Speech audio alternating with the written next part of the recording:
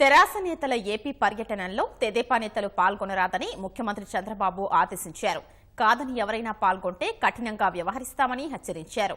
బంధుత్వాలు, స్నేహాలు ఉంటే వ్యక్తిగతంగా చూసుకోవాలని సూచించారు. బంధుత్వాలు, స్నేహాల పేరుతో పార్టీని పణంగా పెట్టరాదన్నారు. ప్రజా ప్రయోజనాన్ని దెబ్బతీసే చర్యల్ని సహించేది లేదన్న చంద్రబాబు స్పష్టం చేశారు. ఏపీ పర్యటనలో తలసాని శ్రీనివాస్ యాదవ్ వ్యాఖ్యలపై చంద్రబాబు ఆగ్రహం వ్యక్తం చేశారు. ఆలయాల్లో మొక్కులకొచ్చి రాజకీయ వ్యాఖ్యలు చేస్తారా అని ప్రశ్నించారు. తెలంగాణలో 26 కులాల్ని బీసీ జాబితా నుంచి తొలగించి ఇక్కడికొచ్చి అదే బీసీలపై కపట ప్రేమ చూపిస్తున్నారని సీఎం మండిపడ్డారు. తెరాసతో జతకట్టిన వైకాపాకు 26 కులాల బీసీలే బుద్ధి చెప్పాలన్నారు. కేసీఆర్ అవినీతి గొంగళి పురుగును కౌగిలించుకున్నారని సీఎం ఎద్దేవా చేశారు. ఎలక్షన్ మిషన్ 2019పై సీఎం చంద్రబాబు అమరావతిలో టెలికాన్ఫరెన్స్ నిర్వహించారు. అసూయపరులంతా ఏకమై ఆంధ్రప్రదేశ్పై కుట్రలు పన్నుతున్నారని ముఖ్యమంత్రి చంద్రబాబు అన్నారు. అక్కసుతోనే భాజపా, వైకాపా, తెరాస కుట్రలు పన్నుతున్నాయన్నారు. గద్దలుగా మాదిరిగా ఏపీపై వాలి కులాల మధ్య చిచ్చు పెడుతున్నారని ఆవేదన వ్యక్తం చేశారు.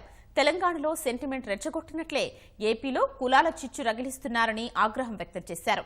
ఎలక్షన్ మిషన్ 2019పై సీఎం చంద్రబాబు అమరావతిలో టెలికాన్ఫరెన్స్ నిర్వహించారు. ఆంధ్రప్రదేశ్ అంటే నరేంద్ర మోదీకి అసూయ అని సీఎం అన్నారు. ఏపీ అభివృద్ధి చెందకూడదనే పంతంతో కేసీఆర్, కేసుల్లో జైలుకు వెళ్లాల్సి వస్తుందనే భయంతో జగన్ ఏకమయ్యారన్నారు. రాజకీయ లాభాల కోసం ఎంతకైనా తెగిస్తున్నారని చంద్రబాబు మండిపడ్డారు.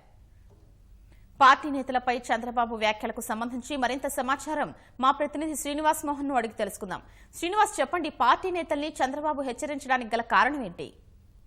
గౌసియా ఈ రోజు జరిగినటువంటి టెలికాన్ఫరెన్స్ లో చంద్రబాబు నాయుడు పార్టీ శ్రేణులకు కూడా స్పష్టమైనటువంటి హెచ్చరికలు జారీ చేయడం జరిగింది.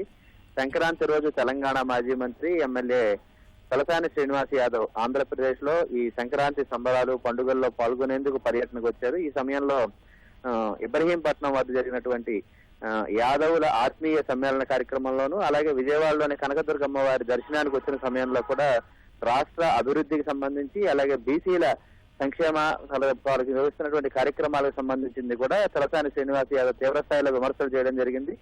రాష్ట్రంలో ఏమాత్రం అభివృద్ధి చెందడం లేదు రాష్ట్రం అని, అలాగే బీసీలు, యాదవుల్ని కూడా సరిగా పట్టించుకోవడం లేదు అనే విధంగా వ్యాఖ్యలు చేశారు. తెలంగాణతో పోలిస్తే రాష్ట్రంలో సరైనటువంటి ప్రాధాన్యం ఇవ్వటం లేదు బీసీల విషయంలో అని చేసిన విమర్శలు పై తెలుగుదేశం పార్టీ వర్గాలు తీవ్రంగా చర్చ జరిపాయి. తెలంగాణతో పోలిస్తే రాష్ట్రంలో బీసీల అభివృద్ధి సంక్షేమానికి వివిధ కార్యక్రమాలు నిర్వహిస్తున్నాము. అలాగే 29 కులాలను తెలంగాణలో తొలగిస్తే అక్కడ ఉన్నటువంటి నేతలు వచ్చి బీసీలని పట్ల ఒక సానుకూలంగా వ్యవహరిస్తున్నాము అనే విధమైనటువంటి ప్రకటన చేయడం పట్ల చంద్రబాబు నాయుడు తీవ్రంగా మండిపడ్డారు. రాష్ట్రానికి పర్యటనకు వచ్చినటువంటి తలసాని శ్రీనివాస్ యాదవ్ కోడి పందాలలో పాల్గొనడం జరిగింది. ఆ సమయంలో తెలుగుదేశం పార్టీకి చెందినటువంటి నాయకులు కూడా తలసాని శ్రీనివాస్ యాదవ్ వెంట ఉండడాన్ని చంద్రబాబు నాయుడు తీవ్రంగా పరిగణించారు. బంధుత్వాలు, అలాగే స్నేహాలు అవి ఏమున్నా కూడా వాటిని ఇంటి వద్దకే పరిమితం చేయాలి. స్నేహాలు ఉంటే పార్టీల వరకు, లేకపోతే బంధుత్వాలు ఉంటే ఇంటికే పరిమితం చేయాలి తప్ప తెలుగుదేశం పార్టీని వాటికి ఫణంగా పెడితే మాత్రం సహించేది లేదు. ఈ విషయంలో తీవ్రంగా వ్యవహరిస్తామని చంద్రబాబు పేర్కొనడం జరిగింది. ఎన్నికలు సమీపిస్తున్న నేపథ్యంలో పొరుగు రాష్ట్రాల నుంచి వచ్చిన వాళ్ళు రాష్ట్రాన్ని పట్ల, అలాగే కుట్రగా ఇప్పటికే 3 పార్టీలు బీజేపీ, తెరాస, వైకాపా 3 కలిపి రాష్ట్రంలో కుట్రలు పడుతున్న సమయంలోనే ఆ నేతల పర్యటనలో తెలుగుదేశం పార్టీకి సంబంధించిన శ్రేణులు గాని, నాయకులు గాని ఎవరూ పాల్గొనవద్దని, బంధుత్వాలున్నా లేకపోతే స్నేహాలున్నా వాటిని అడ్డం పెట్టుకుని వాటితో తిరిగి వాళ్ళతో పాటు పర్యటన చేస్తే మాత్రం ఊరుకునేది లేదని చంద్రబాబు నాయుడు ఇవాళ జరిగినటువంటి టెలికాన్ఫరెన్స్ లో చాలా స్పష్టంగా హెచ్చరించడం జరిగింది. ధన్యవాదాలు శ్రీనివాస్ మోహన్.